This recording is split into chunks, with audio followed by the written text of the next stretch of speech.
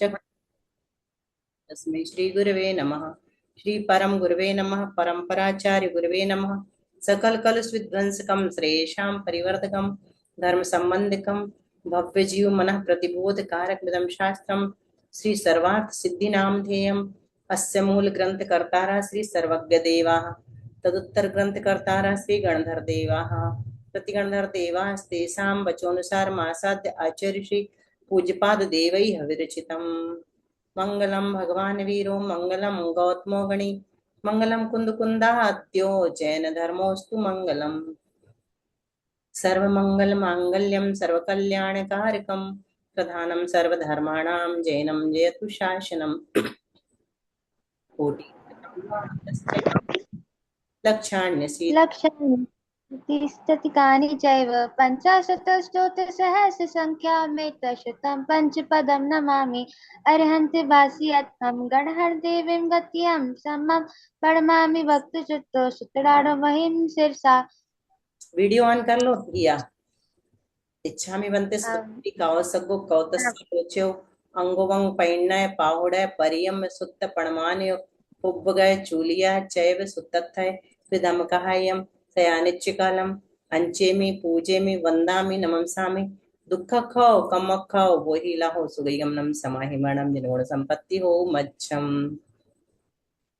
नमो अरहंताणम नमो सिद्धाणम नमो आयरियाणम नमो उवच्छायाणम नमो लोये साहूणम श्रुत जलधि पारगेभ्यः सपरमत विभावना पटुमतिभ्यः सुचरित पुण्यदेभ्यो नमो गुरुभ्यो गुरुभ्यः सत्य से गुण समग्रे पंच विचार करण संदर्शे शिष्यानुग्रह कुशले धमार्य सदा वंदे गुरु भक्ति संचमेर यत्तंतरंति सार साइरम गौरम सन्नति अट्टकम मम जन्म मरणम न पावेन्ति ये नित्यं व्रतमन्त होम निरता ध्यानाग्निहोत्राकुला षट्कर्मा विरतास्तपो धन धना साधु क्रिया साधवा क्षीर प्रवर्णा गुण प्रहरणा चंद्रादिते ज्योतिका मोक्ष द्वार कपाट पाट निपटा पीरंतु मान साधवा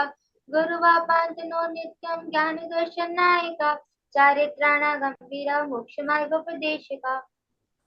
इच्छामि भन्ते आर्यभक्ति कावसगो कौतस्सालोच्यो सम्नान समदस सम्यचारि चित्रणम पंचविहाचारणम आर्याणम आयारादि सुज्ञानो वदेश्याणम उभच्छायाणम तिर्यन गुणपालन रयाणम सब्बसाहुणम निच्चिकालम अंचेमि पूजेमि वंदामि नमंसामि दुख खो कम खो वही लाहो सुगैगमनम समाहिमाणम जिनगुण संपत्ति हो मच्छम। बोलो मोक्ष मार्गस्य या बुआ मोक्ष मार्गस्य नेतारं भेतारं कर्म भूभृतां ज्ञातारं विश्वतत्त्वानां वन्दे तद्गुणलब्धये। आचार्य उमा स्वामी जी महाराज की जय। आचार्य पूज्यपाद स्वामी जी महाराज की जय। संत शिरोमणि आचार्य गुरु श्री विद्यासागर जी महाराज की जय। आचार्य गुरु श्री समय सागर जी महाराज की जय। आचार्य गुरु श्री प्रज्ञा सागर जी महाराज की जय। तीन कम नौ प्रणमुनि महाराज की जय। द्वादशांग जिनवाणी माता की जय। संपूर्ण आरिका माता जी की जय। पूज्य गुरुमती दृढ़मती आदि सभी बड़ी माता जी की जय। आरिका श्री मती माता जी की जय। चलो बहुत अच्छा मंगलाचरण किया हिया आज तुमने। अब बोलो मंगलाचरण रत्नकरण श्रावकाचार्य का। नमः श्री वर्धमानाय नमः श्री वर्धमानाय निर्धूते कलिलात्मने नेतोते परिमात्मने सालोकानां त्रिलोकानां त्रिलोकानां यद्विद्यादर्पणायते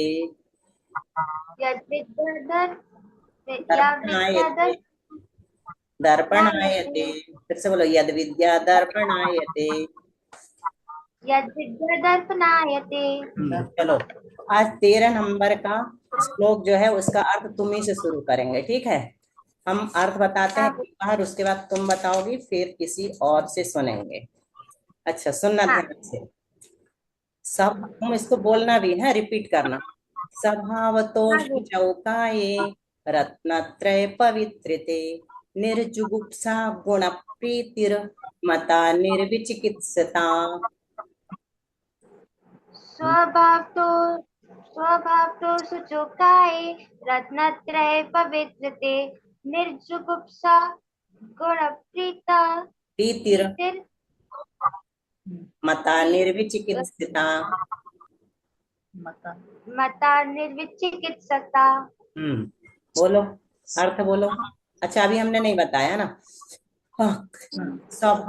स्वभाव से अशुचि, स्वभाव से अपवित्र, किंतु रत्नत्रय से पवित्र शरीर में ग्लानि नहीं करना, या स्वभाव से अपवित्र किंतु रत्नत्रय से पवित्र शरीर से घृणा नहीं करना, और उनके गुणों से प्रीति करना, और गुणों से प्रीति करना निर्विचिकित्सा अंग कहलाता। अथवा मुनि महाराज बोलेंगे तो मुनियों के स्वभाव से अपवित्र किंतु रत्नत्रय से पवित्र शरीर से घृणा नहीं करना, बल्कि उनके गुणों से प्रीति करना निर्विचिकित्सा अंग कहलाता है। बोलो किया, अनम्यूट करो।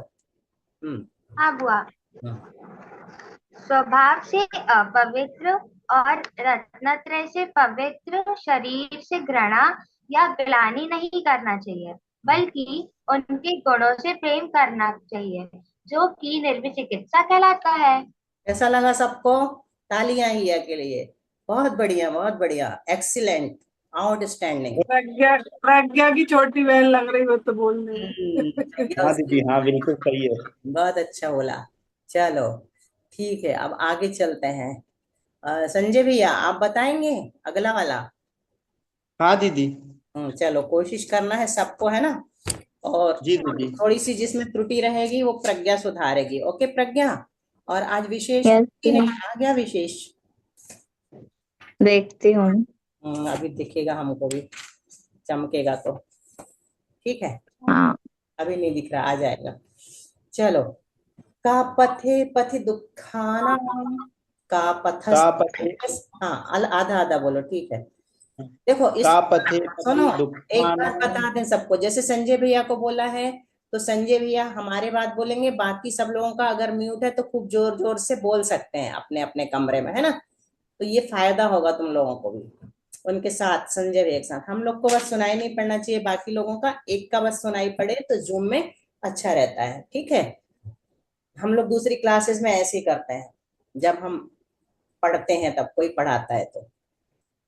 का पथे पथि दुखानाम, का पथे पथि दुखानाम, का पथस्थेप्य सम्मति, का पथस्थेप्य सम्मति, असंपृक्तिरनुत्कीर्ति, असंप्रक्तिरनुत्कीर्ति, मूढ़ा दृष्टिरुच्यते, मूढ़ा दृष्टिरुच्यते। तो दुखा नाम पथि यानी दुखों के मार्ग, अर्थात दुखों में पहुंचाने वाले खोटे धर्म, है ना, वही कहलाते हैं खोटे मार्ग। अथवा का पथस्थ, का पथ स्थे, का पथस्थ, का पथस्थ शब्द है ये। का पथस्थ का सप्तमी का एक वचन। तो का पथस्थ यानी कुमार्गस्थ, कुमार्ग में स्थित, एक शब्द है। समझ में आया ना? प्रज्ञा को आया होगा, है ना। संजय भी आपको भी का पथस्थ शब्द था पूरा का पूरा, उसका रूप चला है का पथस्था, का पथस्थो, का पथस्था, ऐसे। तो सप्तमी में क्या बन गया? रामे जैसा क पथस्थे। तो इसका मतलब क्या हुआ? मोक्ष मार्ग में स्थित, मतलब खोटे मार्ग में स्थित। मोक्ष मार्ग का उल्टा मिथ्या मार्ग। तो मिथ्या दुखों का जो मार्ग है ऐसा मिथ्या मार्ग, तथा मिथ्या मार्ग में स्थित जो जीव हैं, ठीक है, मिथ्या मार्ग में स्थित जो जीव हैं, ठीक है, उनमें क्या ना, असम्मति, मन से सहमति नहीं होना, और असंप्रक्ति यानी शरीर से भी सहमति न होना, और अनुत्कीर्ति यानी वचन से भी प्रशंसा नहीं करना, ये अमूढ़ दृष्टि अंग कहलाता है, ठीक है। दुखों के मार्ग, दुखों में पहुंचाने वाला जो मिथ्या मार्ग है उसमें, अथवा मिथ्या मार्ग में स्थित जीवों की मन से, वचन से और काय से सहमति अथवा प्रशंसा आदि नहीं करना अमूढ़ दृष्टि अंग कहलाता है। अब बोलो सरल वाला, दो प्रकार से बता दिया। हाँ जी जी। हम्म का पथे दुखों के मार्ग स्वरूप मिथ्या दर्शनादि रूप कुमार्ग और उसमें लगे हुए कुमार्ग में स्थित जीव की मन से, वचन से और काय से, यानी मानसिक, वाचनिक या शारीरिक संपर्क से रहित श्रद्धा अमूढ़ दृष्टि अंग कहलाता है। बहुत अच्छा। चलो अब सब लोग ट्रेंड होते जा रहे हैं थोड़े थोड़े, है ना। अब कौन बोलेगा? दीदी इसको रमूढ़ा का उच्चारण करेंगे। सुनो, बहुत अच्छा पूछा तुमने, व्याकरण की तुम्हारी रुचि अच्छी लगती है हमें, है ना। तो रमूढ़ा, रमूढ़ा, एक तो पहली चीज ये समझ लो कि संस्कृत में बढ़ई वाला अढ़ा नहीं है ना, ढ है, ढ। तो इसको क्या बोलेंगे? रमूढ़ा। तो रमूढ़ा का क्या निकलेगा? र का विसर्ग हो जाएगा। अनुत्कीर्ति, यहाँ पर क्या बनेगा? असंप्रक्ति, ये वाले रा का विसर्ग हो गया, असंप्रक्ति। फिर रा में जो आ मिला है उसका बन गया अनुत्कीर्ति। किसकी ओर से आवाज आ रही है? मैं सबको म्यूट करूं क्या? वो चींची वाली आवाज आ रही है। जो बोलेगा सिर्फ वही अनम्यूट करेगा, ठीक है। इसको थोड़ी व्याकरण समझ लो, पूरा है। का पथे पति दुखा नाम। सबको म्यूट कर दिया फिर भी आ रही है, मेरी तरफ से आ रही है।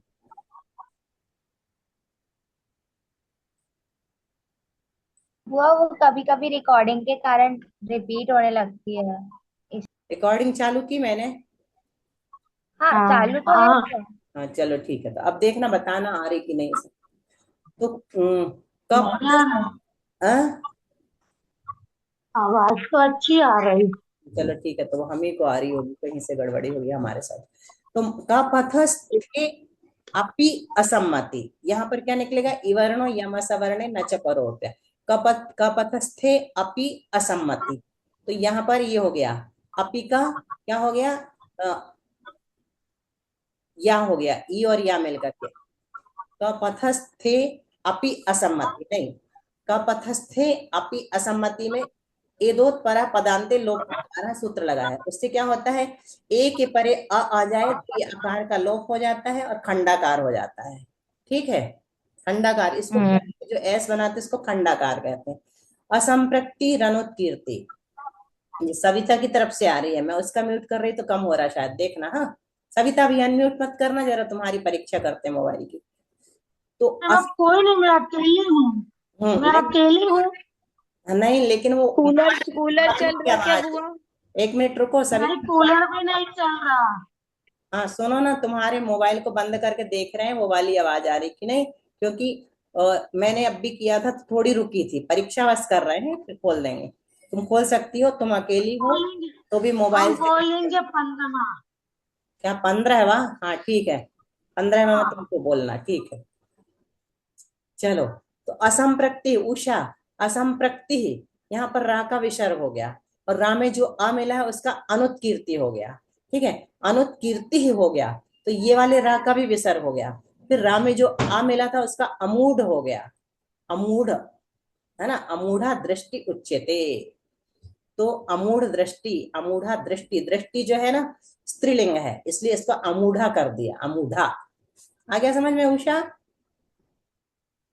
ठीक है, ये रा रहेगा, लेकिन रमूढ़ा अपन श्लोक में जब विग्रह करेंगे तो एकदम कर देंगे अमूढ़ा दृष्टि, अमूढ़ा लिख। चलो, तो ये वाला हो गया अपना। अब चलते हैं अगले वाले में। कौन बोलने वाला था, किसका नाम आया था? सविता बुआ। सविता ने 15, हाँ 15 ही का बोला था, ठीक है। सविता रिपीट करना हमारे बात। स्वयं शुद्धस्य मार्गस्य, स्वयं शुद्धस्य मार्गस्य, बालाशक्त जनाश्रयाम, बालासक्त जनाश्रयाम, वाच्यताम यत् प्रमार्जन्ति, वाच्यताम यत् प्रवाजन्ति, तद वदन्ति पुगुहनम। तद वदन्ति उपगुहनम। ठीक है, बहुत बढ़िया। अब सुनो, यहाँ पर उपगोहन का सामान्य अर्थ बताया था हमने कल कि यदि किसी जीव में अज्ञानता से या असमर्थता से कोई दोष लग जाए तो उसे ढक देना, ये क्या कहलाता है? उपगोहन अंग कहलाता है। और श्लोक से हम लगाएंगे तो कैसे लगाएंगे? जो स्वयं शुद्ध है, कौन सा? जो धर्म या मार्ग, मार्ग यानी धर्म होता है, मोक्ष का मार्ग वो धर्म ही होता है। क्यों? मार्ग रत्नत्रय स्वरूप है और रत्नत्रय धर्म है। तो जो मार्ग स्वयं शुद्ध है, ठीक है, ऐसे धर्म में बाल अथवा अशक्त जन यानी जीवों के आश्रय थे। बाल यानी अज्ञानी और अशक्त यानी असमर्थ जन यानी जीवों के निमित्त से, आश्रय यानी निमित्त से क्या हो जाए, जीवों के कारण जो वाच्यताम यानी निंदा का कारण बन जाए। वाच्यता यानी निंदा, है ना, निंदा का जो कारण, जिनके आश्रय से निंदा हो धर्म की, तो उस निंदा को यत प्रमार्जन्ति, यत यानी जो लोग दूर करते हैं, है ना, उसे छुपाते हैं, जो लोग उसे दूर करते हैं उसे उपगोहनम वदंती। उस दूर करने की क्रिया को, उस दूर करने के कार्य को उपगोहन अंग कहते हैं। अब 2 लाइन में और सरल शब्दों में बताते हैं।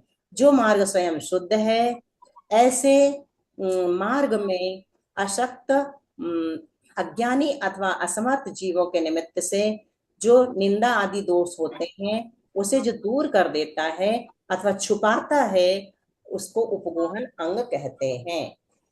बोलो सविता। ठीक। जो मार्ग स्वयं शुद्ध है उसमें अज्ञानी अथवा असमर्थ जीवों के आश्रय से या निमित्त से निंदा आदि दोष उत्पन्न हो जाते हैं या उसे दूर कर देते हैं अथवा छुपा देते हैं, उसे उपगोहन अंग कहते हैं। ठीक है, निंदा आदि जो दोष उत्पन्न हो जाते हैं, तो जो लोग उसे दूर करते हैं या छुपाते हैं उनका वो उपगोहन अंग होता है। जिसके निमित्त से होता है उसका तो उपगोहन नहीं होता है ना, वो तो दोषी है। लेकिन जो उसके दोष को छुपाते हैं वो उपगोहन अंग का पालन करते हैं। जैसे जिनेंद्र दत्त सेठ थे ना, उन्होंने ही छिपाया था ना, क्षुल्लक जीवन करके जो चोरी करने गए थे। अपन बाद में कथाएं भी पढ़ेंगे। चलो अब किसकी बारी है बहुत अच्छे से बताने की। अभी जितने लोगों ने बताया बहुत अच्छे से बताया। प्रज्ञा का असर सब पर है, ठीक है। चलो पारुल की इच्छा दिख रही है। वीडियो जिनका ऑन रहता है उनको हम बहुत पसंद करते हैं। हमसे किसी ने कहा था यूट्यूब, हमारा वीडियो टीवी में चल रहा था, हमारी वीडियो में अपने आप सामने आ जाता ना, तो उन्होंने चालू कर लिया। तो वो कहते हैं जितने लोग बोलते हैं उनका वीडियो ऑन करवाया करो तो वीडियो और अच्छा दिखेगा। तो हमने कहा हमारी क्लास में कोई वीडियो ऑन नहीं करता है, तो बोलते हैं कि तो फिर उनसे मत पूछो। तो मैंने कहा ठीक है, कोशिश करेंगे, वीडियो वालों को प्रेफर करेंगे। चलो, तो हमारे कुछ लोग हैं, शशि जी हैं, पारुल जी हैं, ये तो हमेशा खोल कर रखते हैं ना, फिर भी हम इनसे नहीं पूछते हैं ये चलो पारुल रेडी? लोग विद्वान है ना। हाँ, इसीलिए कारण यही है उन लोगों से नहीं पूछने का कि उन लोग को सब आता है। पढ़ाने वालों में लोग से, बच्चे हैं। हाँ, बच्चों से हम ज्यादा पूछना चाहते हैं। और सबसे ज्यादा शुभी से इसलिए क्योंकि उसकी क्लास है, वो हमारी असिस्टेंट है। क्यों? क्योंकि जब हम नहीं पढ़ा पाते ना तो हम सुबह से कह देते तुम पढ़ा दो। उसने शुरू कराई है, अपन सब लाभ ले रहे हैं, उसको बहुत सारा पुण्य का अभी चल रहा है। मैं बुलाऊंगी, दरवाजा खुला रहने दे, आवाज चली जाएगी, ठीक है। चलो पारुल। दर्शनाथ चरणात् वापि चलताम धर्म वत्सलैः चलताम धर्म वत्सलैः प्रत्यवस्थापनम प्राज्ञैः प्रत्यवस्थापनम प्राज्ञैः स्थितीकरणमुच्यते। स्थितीकरणमुच्यते। चलो संधि विग्रह करेंगे। सबसे पहले प्रज्ञा एक शब्द का, फिर दूसरे शब्द का उषा, ठीक है। वैसे 3 शब्द में है। प्रत्यवस्थापनम का तुम करो प्रज्ञा, फिर शुरू वाले शब्द में जाएंगे। ठीक है।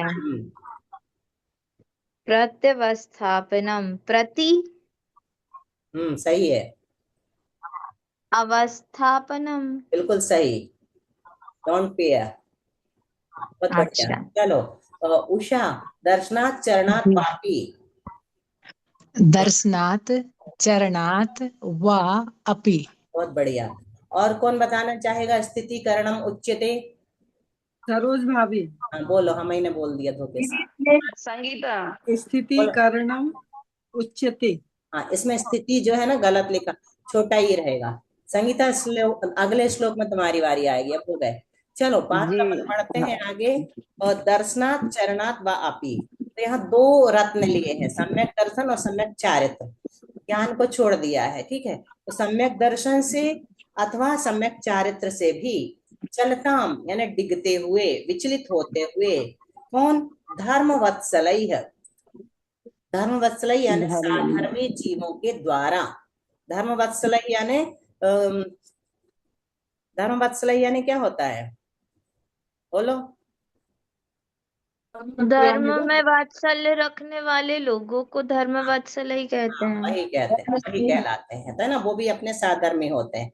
तो उन अर्थात जो जीव सम्यक दर्शन से अथवा सम्यक चारित्र से भी डिग रहा है, उसे यहाँ पर लगा लो प्राज्ञेय, ज्ञानियों के द्वारा सम्यक दर्शन अथवा सम्यक चारित्र में क्या करना? प्रत्यवस्थापनम यानी सम्यक दर्शन अथवा सम्यक चारित्र में प्रत्यवस्थापनम यानी पुनः स्थापित कर देना।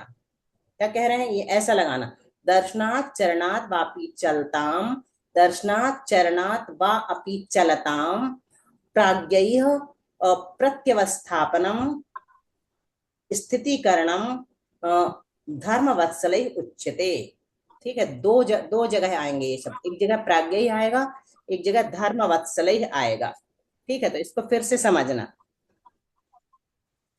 सम्यक दर्शन अथवा सम्यक चारित्र से डिगते हुए, चलता मैंने डिगते हुए जीवों को, धर्मवत्सलई का अर्थ होता है धर्म से प्रेम रखने वाले जीवों के द्वारा, है ना।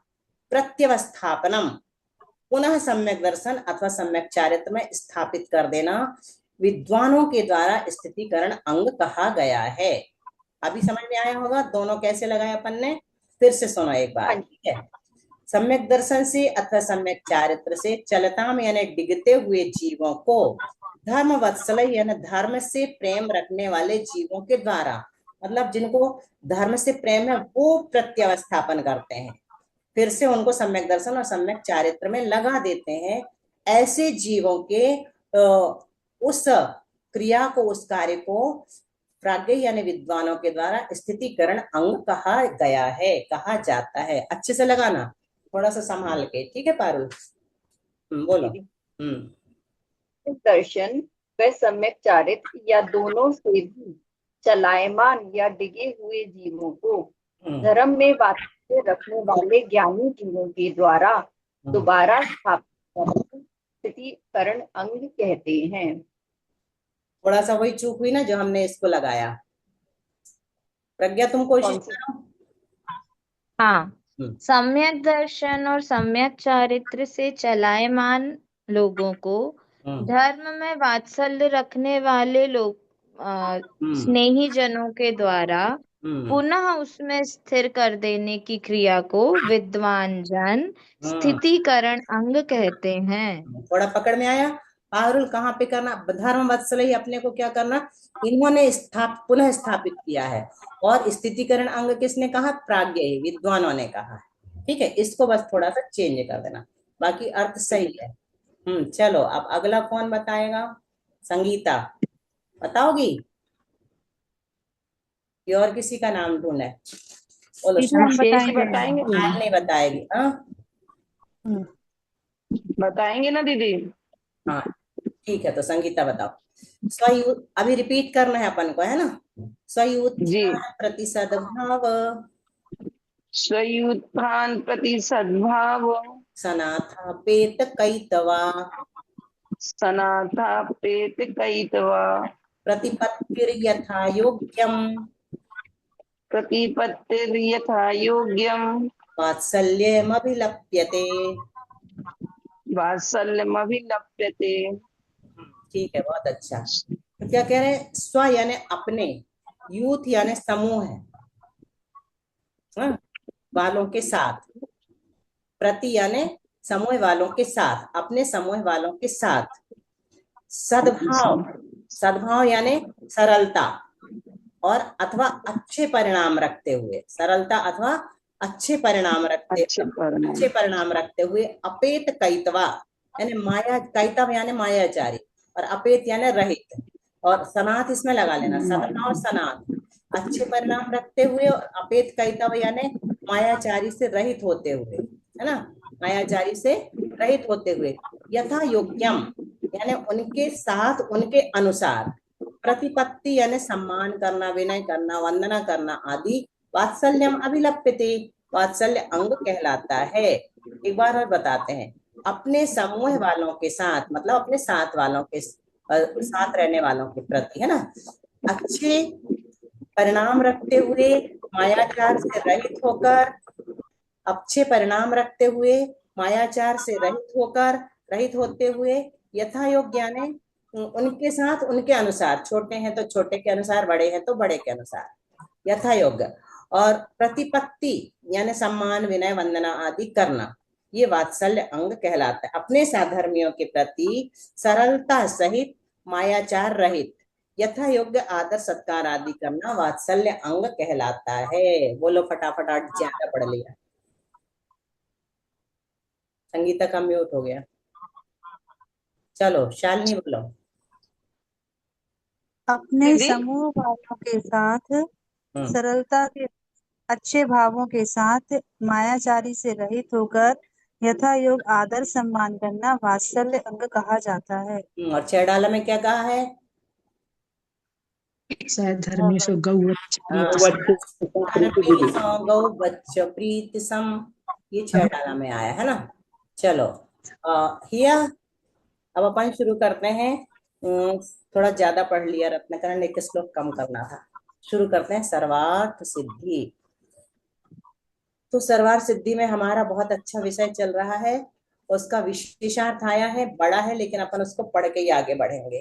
विशेष तो होगा नहीं, है ना? जोर से बोलो। अनंत परमाणु का पूछो। हाँ बताओ। अनंत परमाणु का, हाँ बताओ। चलो उसको भी रिवीजन। सन्नासन स्कंद, एक मिनट, 8 आप पूछो, हम बोलते जाएंगे। तुमसे पूछ रहे, सविता से पूछ के सीधे आगे बढ़ जाएंगे। अनंत परमाणु का क्या होता है? सन्नासन स्कंद। हाँ 8 अवसन्न सन्न का, सन्नासन। फिर 8 सन्न सन्न का।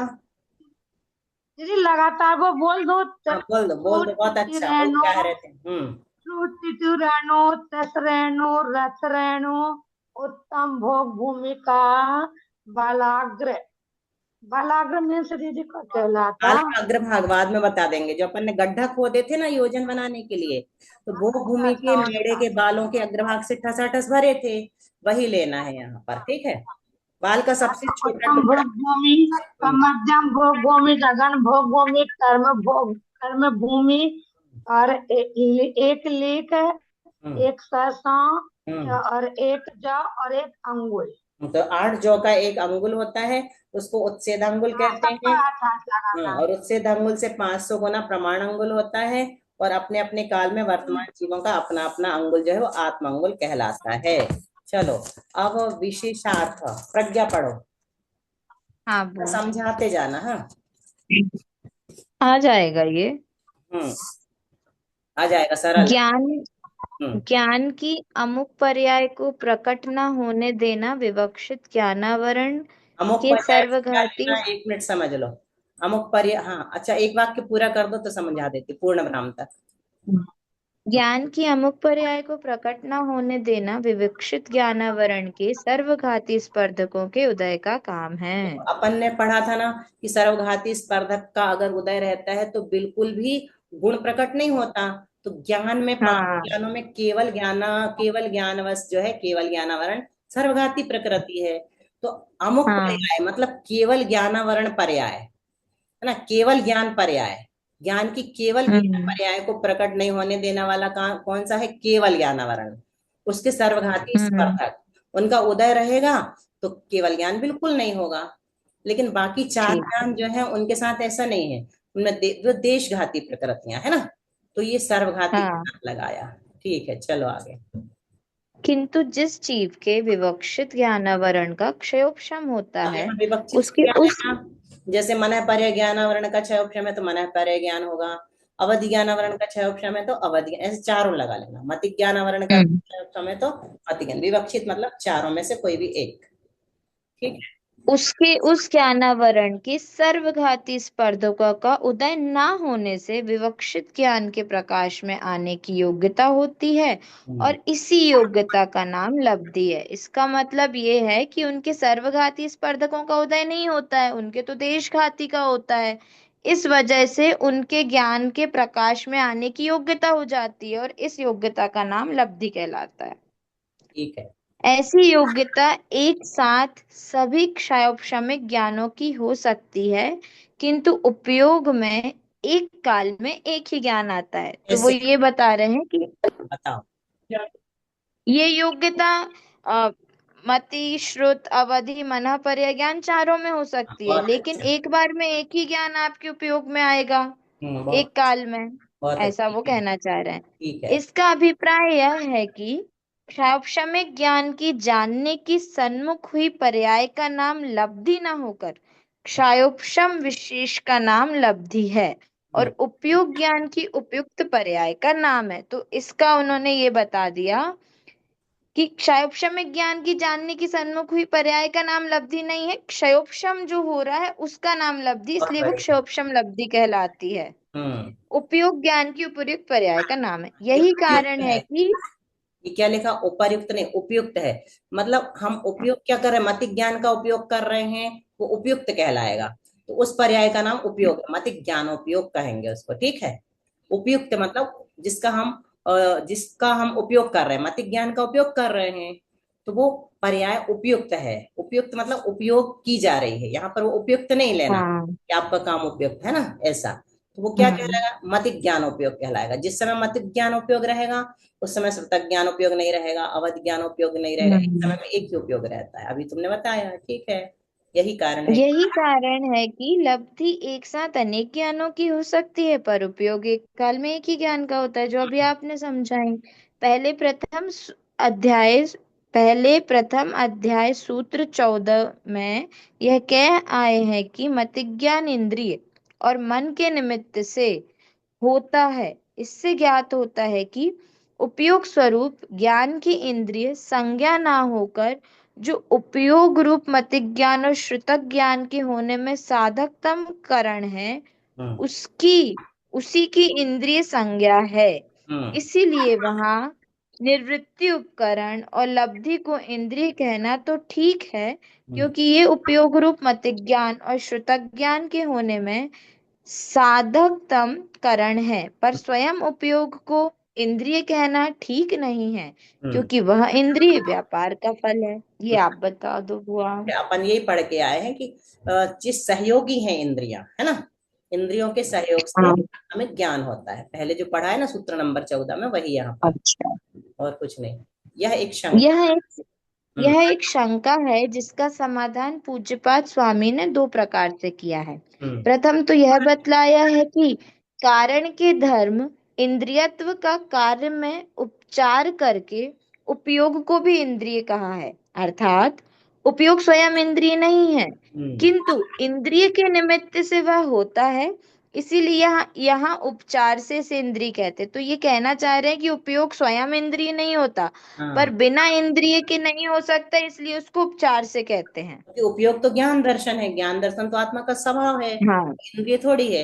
लेकिन इंद्रिय के निमित्त से आत्मा जानता है, आत्मा को ज्ञान होता है, दर्शन होता है। हम्म तो यह प्रथम समाधान है। दूसरा समाधान करते हुए उन्होंने जो लिखा है उसका भाव यह है कि जिससे इंद्र अर्थात आत्मा की पहचान हो वह इंद्रिय कहलाती है, और ऐसी पहचान कराने वाली वस्तु निज अर्थ होनी चाहिए।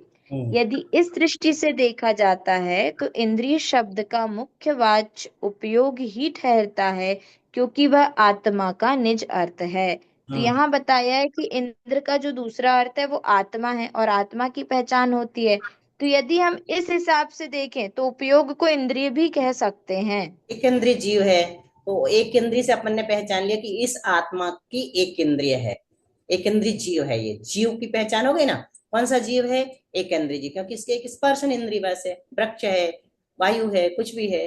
तो ये इंद्र अर्थात आत्मा की पहचान इंद्रिय से होती है। ठीक है। हम्म हम्म तात्पर्य यह है कि निमित्त की अपेक्षा विचार करने पर निर्वृत्ति, उपकरण और लब्धि को इंद्रिय संज्ञा प्राप्त होती है, और स्वार्थ की अपेक्षा विचार करने पर उपयोग को इंद्रिय संज्ञा प्राप्त होती है। तो जो अभी ऊपर पढ़ के आए हैं, पहले प्रथम अध्याय में केवल निमित्त की अपेक्षा इंद्रिय शब्द का व्यवहार किया गया था, और यहाँ निमित्त और मुख्यार्थ दोनों को ध्यान में रखकर इंद्रिय के भेद दिखलाए गए हैं, इसलिए कोई विरोध नहीं है। बहुत अच्छा। हम सोच रहे थे दीदी यहाँ पे स्वार्थ शब्द से क्या लेना है? स्वार्थ से मतलब निजी प्रयोजन। अब देखो 5 स्थावरों में से हमने 4 भेद पढ़े थे। पृथ्वी का अर्थ क्या है? पृथ्वी सामान्य है ना, जो अपन जिसमें खड़े बैठे उठते चलते रहते हैं, चलते फिर। पृथ्वी जीव विग्रह गति का जीव जो पृथ्वी में जन्म लेने जा रहा है। सबको याद होगा ये। पृथ्वी का एक पृथ्वी शरीर सहित जीव, और पृथ्वी का है पृथ्वी शरीर जिसमें से जीव निकल गया है। ये सब अपन ने पढ़ लिया है, ठीक है। अपना अब क्या चल रहा है? पंचेंद्रियाणी द्विविधानी पढ़ लिया कल। इंद्रियां 2 प्रकार की हैं, द्रव्येंद्रिय और भावेंद्रिय। द्रव्येंद्रिय किसे कहा? शरीर नाम कर्म के उदय से बनने वाले शरीर के चिन्ह विशेष, द्रव्य इंद्रिय कहलाती। जैसे हमारे ये सब चिन्ह है ना, ये दिख रहे हैं, आंख कान नाक वगैरह। भावेंद्रिय किसे कहते हैं? मति ज्ञानावरण कर्म के 6 उपशम से उत्पन्न होने वाली विशुद्धि, और उस विशुद्धि से उत्पन्न होने वाला उपयोगात्मक ज्ञान, जो अभी प्रज्ञा ने पढ़ के सुनाया विशेषार्थ में ना, ये सब अपन ने पढ़ लिया है। अब आगे और क्या कहा? द्रव्येंद्रिय किसे कहते हैं? 2 प्रकार के हैं, निर्वृत्ति और उपकरण। जिन प्रदेशों के द्वारा विषयों को जानते हैं ना, वो कहलाते हैं द्रव्य निर्वृत्ति, और जो निर्वृत्ति के सहकारी अथवा निकटवर्ती हैं वो कहलाते उपकरण। तो निर्वृत्ति क्या बताई थी? जिनके द्वारा रचना की जाती है।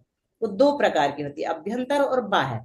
अभ्यंतर में क्या लिया था? आत्म प्रदेशों का आकार, और बाहर में पौद्गलिक इंद्रिय का आकार। ये सब अपने जो दिख रहे हैं बाहर पौद्गलिक है।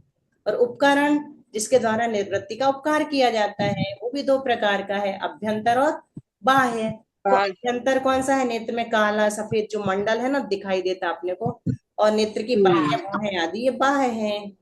इतना अपन ने पढ़ लिया था। यहाँ तक आ गया ना सबको समझ में? कुछ नया तो नहीं है। भावेंद्रिय किसे कहा? लब्धि और उपयोग को। लब्धि किसे बताया? मति ज्ञानावरण आदि कर्म के 6 उपशम से उत्पन्न जो विशुद्धि है। और उपयोग किसे कहा? विशुद्धि से उत्पन्न आत्मा का प्रवर्तन रूप ज्ञान। तो 2 प्रकार की हो गई इंद्रियां, द्रव्येंद्रिय भावेंद्रिय। द्रव्येंद्रिय के 2 भेद बता दिए, निर्वृत्ति उपकरण, इंद्रियाकार रचना, और उपकरण मतलब निर्वृत्ति का जो उपकार करे। भावेंद्रिय लब्धि और उपयोग, ज्ञानावरणी कर्म का 6 उपशम हो गई लब्धि, और चेतना का परिणाम विशेष हो गया उपयोग। तो ज्ञान की प्रकट प्राप्त शक्ति लब्धि, इस शक्ति का प्रयोग उपयोग, और इस उपयोग में सहकारी साधन है द्रव्येंद्रिय, और द्रव्येंद्रिय के लिए सहकारी उपकरण। यहाँ तक सबको समझ में आ गया होगा ना? पहला भाग का है ये, ठीक है। ये दिखा रहे स्पर्शन ये है, रसना ये है, घ्राण ये है, चक्षु ये है, कर्ण ये है। स्पर्श इंद्रिय के विषय है। स्पर्शन के 8 सबको पता है ना, रसना के 5, 8 प्रकार के स्पर्श। कौन से 8 प्रकार के स्पर्श? हल्का, भारी, रूखा, चिकना, कड़ा, नरम, ठंडा, गर्म। 5 प्रकार का रस? खट्टा, मीठा, तीखा, चिरपरा, कसाइला। हाँ। 2 प्रकार की गंध? सुगंध, दुर्गंध। 5 प्रकार का रूप? लाल, सफेद, पीला, नीला, हरा। हाँ। और 7 प्रकार के स्वर? सारेगामा, पाधनी। अब आएगा सारेगामा, है ना। तो स्पर्श, रस, गंध और वर्ण तो पुद्गल के गुण हैं। आवाज और शब्द वगैरह जो है ये पुद्गल की पर्याय है। मन की गणना इंद्रियों में क्यों नहीं की गई? बुद्धि, समाधि, प्रज्ञा। बुद्धि, समाधि, परिणाम शुद्धि, स्वात्मोपलब्धि, शिव सौख्य सिद्धि, चिंतामणिं चिंतित वस्तुदाने, त्वां वन्दमानस ममास्तु देवी। आचार्य पूज्यपाद द्वादशांग जिनवाणी माता की जय।